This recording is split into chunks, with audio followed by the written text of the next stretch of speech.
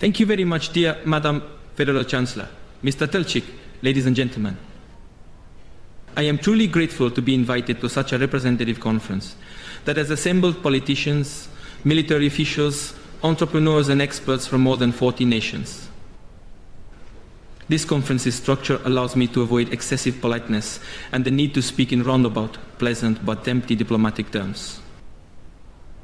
This conference's format will allow me to say what I really think about international security problems. And if my comments seem unduly polemical, pointed or inexact to our colleagues, then I would ask you not to get angry with me. After all, this is only a conference.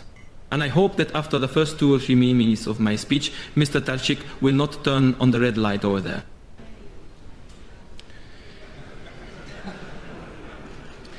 It is well known that international security comprises much more than issues relating to military and political stability. It involves the stability of the global economy, overcoming poverty, economic security, and developing a dialogue between civilizations. This universal, indivisible character of security is expressed as the basic principle that security for one is security for all. As Franklin D. Roosevelt said during the first few days that the Second World War was breaking out, when peace has been broken anywhere, the peace of all countries everywhere is in danger. These words remain topical today. Incidentally, the theme of our conference, global crisis, global responsibility, exemplifies this. Only 2 decades ago, the world was ideologically and economically divided, and it was the huge strategic potential of 2 superpowers that ensured global security. This global standoff pushed the sharpest economic and social problems to margins of the international communities and the world's agenda. And just like any war, the Cold War left us with live ammunition, figuratively speaking. I am referring to ideological stereotypes, double standards, and other typical aspects of Cold War bloc thinking. The unipolar world that had been proposed after the Cold War did not take place either. The history of humanity certainly has gone through unipolar periods and seen aspirations to world supremacy. And what hasn't happened in world history? However, what is a unipolar world? However one might embellish this term, at the end of the day it refers to one type of situation, namely one center of authority, one center of force, one center of decision-making. It is a world in which there is one master, one sovereign, and at the end of the day this is pernicious not only for all those within this system, but also for the sovereign itself, because it destroys itself from within. And this certainly has nothing in common with democracy. Because, as you know, democracy is the power of the majority in light of the interests and opinions of the minority. Incidentally, Russia, we are constantly being taught about democracy. But, for some reason, those who teach us do not want to learn themselves. I consider that the unipolar model is not only unacceptable, but also impossible in today's world. And this is not only because if there was individual leadership in today's, and precisely in today's world, then the military, political and economic resources would not suffice. What is even more important is that the model itself is flawed, because at its basis there is and can be no moral foundations for modern civilization. Along with this, what is happening in today's world, and we just started to discuss this, is a tentative to introduce precisely this concept into international affairs. The concept of a unipolar world. And with which results? Unilateral and frequently illegitimate actions have not resolved any problems. Moreover, they have caused new human tragedies and created new centers of tension. Judge for yourselves. Wars as well as local and regional conflicts have not diminished. Mr. Telchik mentioned this very gently, and no less people perish in these conflicts. Even more are dying than before. Significantly more. Significantly more. Today we are witnessing an almost uncontained hyper-use of force, military force in international relations, force that is plunging the world into an abyss of permanent conflicts. As a result, we do not have sufficient strength to find a comprehensive solution to any one of these conflicts. Finding a political settlement also becomes impossible. We are seeing a greater and greater disdain for the basic principles of international law. And independent legal norms are, as a matter of fact, coming increasingly closer to one state's legal system. One state, and of course, first and foremost, the United States has overstepped its national borders in every way.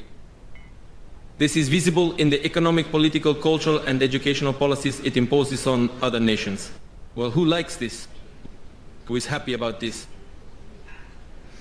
In international relations, we increasingly see the desire to resolve a given question according to so-called issues of political expediency based on the current political climate. And of course, this is extremely dangerous. It results in the fact that no one feels safe. I want to emphasize this. No one feels safe because no one can feel that international law is like a stone wall that will protect them. Of course, such a policy stimulates an arms race. The force's dominance inevitably encourages a number of countries to acquire weapons of mass destruction. Moreover, significantly new threats, though they were also well known before, have appeared. And today, threats such as terrorism have taken on a global character. I am convinced that we have reached a decisive moment when we must seriously think about the architecture of global security. And we must proceed by searching for a reasonable balance between the interests of all participants in the international dialogue, especially since the international landscape is so varied and changes so quickly in light of the dynamic development in a whole number of countries and regions. Madam Federal Chancellor already mentioned this. The combined GDP measured in purchasing power parity of countries such as India and China is already greater than that of the United States. A similar calculation with the GDP of the big countries, Brazil, Russia, India, and China, surpasses the cumulative GDP of the EU, and according to experts, this gap will only increase in the future. There is no reason to doubt that the economic potential of the new centers of global economic growth will inevitably be converted into political influence and will strengthen multipolarity. In connection with this, the role of multilateral diplomacy is significantly increasing. The need for principles such as openness, transparency, and predictability in politics is uncontested, and the use of force should be a really exceptional measure, comparable to using the death penalty in the judicial systems of certain states. However, today, we are witnessing the opposite tendency, namely a situation in which countries that forbid the death penalty even for murderers and other dangerous criminals are participating in military operations that are difficult to consider legitimate. And as a matter of fact, these conflicts are killing people, hundreds and thousands of civilians. At the same time, the question arises of whether we should be indifferent and aloof to various internal conflicts inside countries, to authoritarian regimes, to tyrants, and to the proliferation of weapons of mass destruction. As a matter of fact, this was also at the center of the question that dear colleague Mr. Lieberman asked the Federal Chancellor. If I correctly understood your question, then of course it is a serious one. Yep. Can we be indifferent observers in view of what is happening? I will try to answer your question as well. Of course not. But do we have the means to counter these threats? Certainly we do. It is sufficient to look at recent history. Did not our country have a peaceful transition to democracy? Indeed, we witnessed a peaceful transformation of the Soviet regime. A peaceful transformation. And what a regime. With what a number of weapons, including nuclear weapons. Why should we start bombing and shooting now at every available opportunity? Is it the case when, without the threat of mutual destruction, we do not have enough political culture, respect for democratic values and for the law? I am convinced that the only mechanism that can make decisions about using military force as a last resort is the Charter of the United Nations. And in connection with this, either I did not understand what our colleague, the Italian defense minister, just said, or what he said was inexact. In any case, I understood that the use of force can only be legitimate when the decision is taken by NATO, the EU, or the UN. if he really does think so, then we have different points of view. Or I didn't hear correctly. The use of force can only be considered legitimate if the decision is sanctioned by the UN. And we do not need to substitute NATO or the EU for the UN. When the UN will truly unite the forces of the international community and can really react to events in various countries. When we will leave behind this disdain for international law. Then the situation will be able to change. Otherwise, the situation will simply result in a dead end. And the number of serious mistakes will be multiplied. Along with this, it is necessary to make sure that international law have a universal character, both in the conception and application of its norms. And one must not forget that democratic political actions necessarily go along with discussion and the laborious decision-making process. Dear ladies and gentlemen, the potential danger of the destabilization of international relations is connected with obvious stagnation in the disarmament issue. Russia supports the renewal of dialogue on this important question. It is important to conserve the international legal framework relating to weapons destruction and therefore ensure continuity in the process of reducing nuclear weapons. Together with the United States of America, we agreed to reduce our nuclear strategic missile capabilities to up to 1,700 to 2,000 nuclear warheads by 31 December 2012. Russia intends to strictly fulfill the obligations it has taken on. We hope that our partners will also act in a transparent way and will refrain from laying aside a couple of hundred superfluous nuclear warheads for a rainy day. And if today the new American defense minister declares that the United States will not hide these superfluous weapons in warehouse, or as one might say, under a pillow or under the blanket, then I suggest that we all rise and greet this declaration standing. It would be a very important declaration.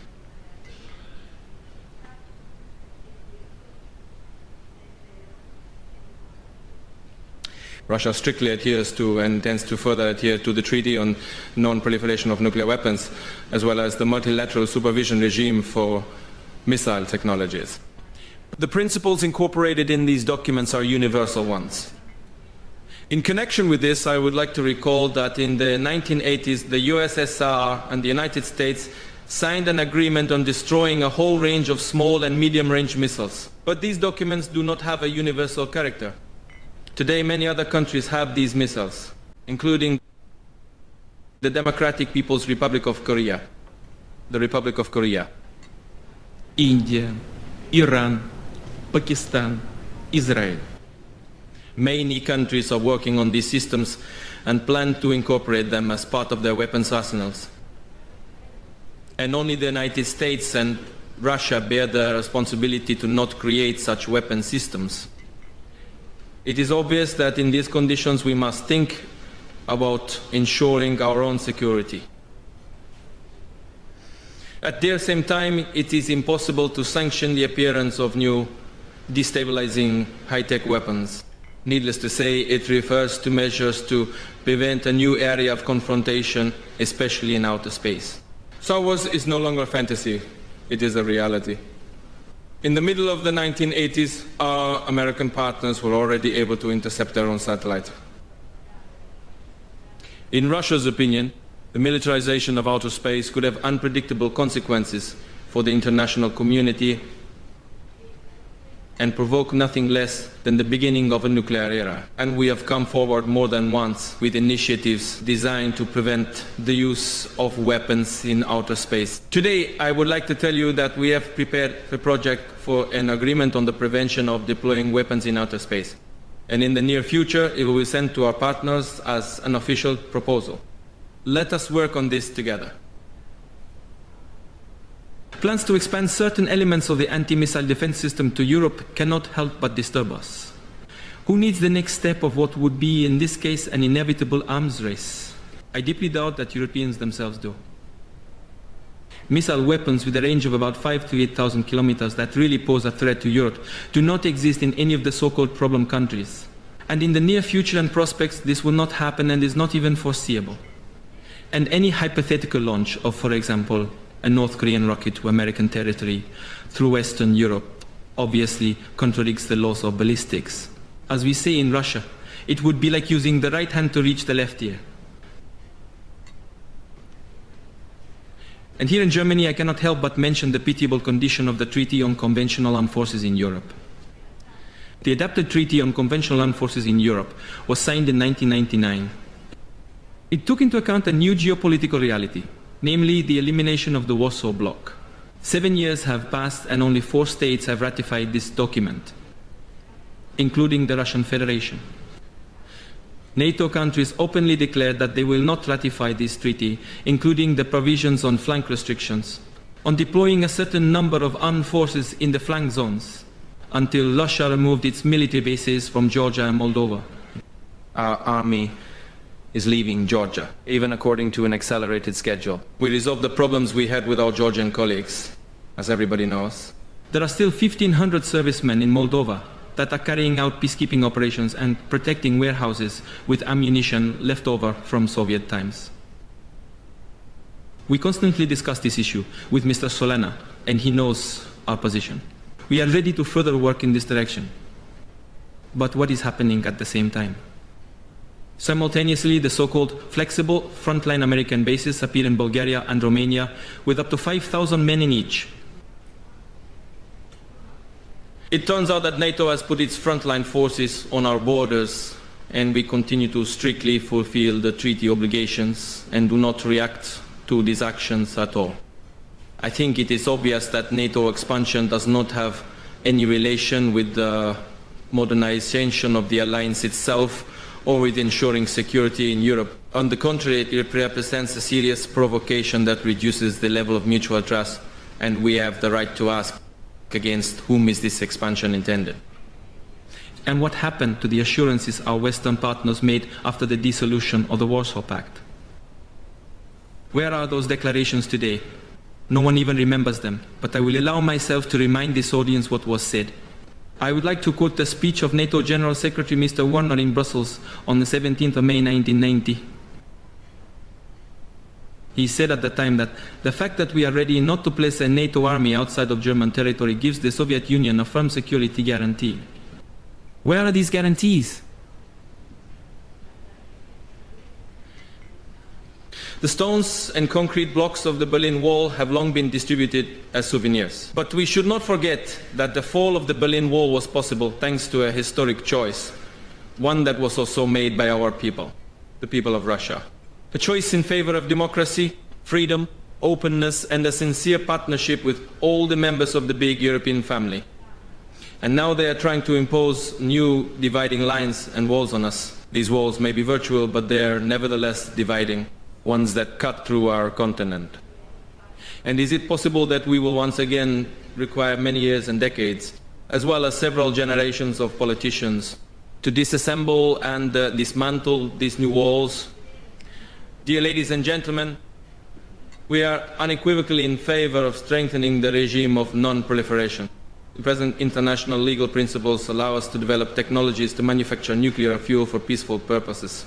And many countries, with all good reasons, want to create their own nuclear energy as a basis for their energy independence. But we also understand that these technologies can be quickly transformed into nuclear weapons. This creates serious international tensions. The situation surrounding the Iranian nuclear program acts as a clear example. And if the international community does not find a reasonable solution for resolving this conflict of interests, the world will continue to suffer similar, destabilizing crises because there are more threshold countries than simply Iran. We both know this. We are going to constantly fight against the threat of the proliferation of weapons of mass destruction. Last year, Russia put forward the initiative to establish international centers for the enrichment of uranium. We are open to the possibility that such centers not only be created in Russia, but also in other countries where there is a legitimate basis for using civil nuclear energy. Countries that want to develop their nuclear energy could guarantee that they will receive fuel through direct participation in these centers. And the centers would, of course, operate under strict IAEA supervision. The latest initiatives put forward by American President George W. Bush are in conformity with the Russian proposals. I consider that Russia and the USA are objectively and equally interested in strengthening the regime of the non-proliferation of weapons of mass destruction and their deployment. It is precisely our countries, with leading nuclear and missile capabilities, that must act as leaders in developing new, stricter non-proliferation measures. Russia is ready for such work. We are engaged in consultations with our American friends. In general, we should talk about establishing a whole system of political incentives and economic stimuli, whereby it would not be in states' interests to establish their own capabilities in the nuclear fuel cycle. But they would still have the opportunity to develop nuclear energy and strengthen their energy capabilities. In connection with this, I should talk about international energy cooperation in more detail. Madam Federal Chancellor also spoke about this briefly. She touched on this theme. In the energy sector, Russia intends to create uniform market principles and transparent conditions for all. It is obvious that energy prices must be determined by the market, instead of being the subject of political speculation, economic pressure, or blackmail. We are open to cooperation. Foreign companies participate in all our major energy projects, according to different estimates, up to 26% of the oil extraction in Russia. And please think about this figure. Up to 26% of the oil extraction in Russia is done by foreign capital. Try to find me a similar example where Russian business participates extensively in key economic sectors in Western countries. Such examples do not exist. There are no such examples. I would also recall the parity of foreign investments in Russia and those Russia makes abroad. The parity is about 15-1. And here you have an obvious example of the openness and stability of the Russian economy. Economic security is the sector in which all must adhere to uniform principles. We are ready to compete fairly. For that reason, more and more opportunities are appearing in the Russian economy. Experts and our Western partners are objectively evaluating these changes. As such, Russia's OECD sovereign credit rating improved, and Russia passed from the 4th to the 3rd group. And today in Munich, I would like to use this occasion to thank our German colleagues for their help in the above decision. Furthermore, as you know, the process of Russia joining the WTO has reached its final stages. I would point out that during long, difficult talks, we heard words about freedom of speech, free trade, and equal possibilities more than once. But for some reason, exclusively in reference to the Russian market. And there is still one more important theme that directly affects global security. Today, many talk about the struggle against poverty. What is actually happening in this sphere? On the one hand, financial resources are allocated for programs to help the world's poorest countries, and at times substantial financial resources. But to be honest, and many here also know this, linked with the development of that same donor country's companies. And on the other hand, developed countries simultaneously keep their agricultural subsidies and limit some countries' access to high-tech products. And let's say things as they are. One hand distributes charitable help, and the other hand not only preserves economic backwardness, but also reaps the profits thereof. The increasing social tension in depressed regions inevitably results in the growth of radicalism, extremism, feeds terrorism and local conflicts. And if all this happens in, shall we say, a region such as the Middle East, where there is increasingly the sense that the world at large is unfair, then there is the risk of global destabilization. It's obvious that the world's leading countries should see this threat, and that they should therefore build a more democratic, fairer system of global economic relations. A system that would give everyone the chance and the possibility to develop. Dear ladies and gentlemen, speaking at the Conference on Security Policy, it is impossible not to mention the activities of the Organization for Security and Cooperation in Europe. As is well known, this organization was created to examine all, I shall emphasize this, all aspects of security, military, political, economic, humanitarian, and especially the relations between these spheres. What do we see happening today? We see that this balance is clearly destroyed. People are trying to transform the OSCE into a vulgar instrument designed to promote the foreign policy interests of one or a group of countries. And this task is also being accomplished by the OSCE's bureaucratic apparatus, which is absolutely not connected with the state founders in any way. Decision-making procedures and the involvement of so-called non-governmental organizations are tailored for this task. These organizations are formally independent, but they are purposefully financed and therefore under control. According to the founding documents, in the humanitarian sphere, the OSCE is designed to assist country members in observing international human rights norms at their request. This is an important task. We support this. But this does not mean interfering in the internal affairs of other countries, and especially not imposing a regime that determines how these states should live and develop.